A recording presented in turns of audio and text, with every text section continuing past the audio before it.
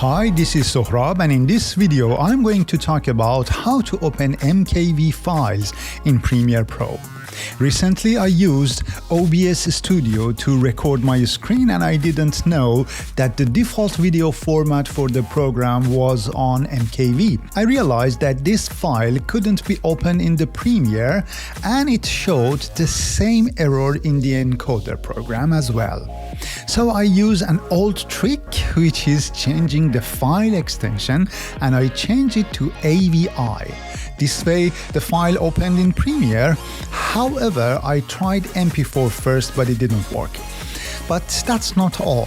While working, I saw that the playback of this file was sometimes problematic and sometimes really annoying. So finally I use a Dolby encoder to create an MP4 output from it, and you can see how much the playback difference is.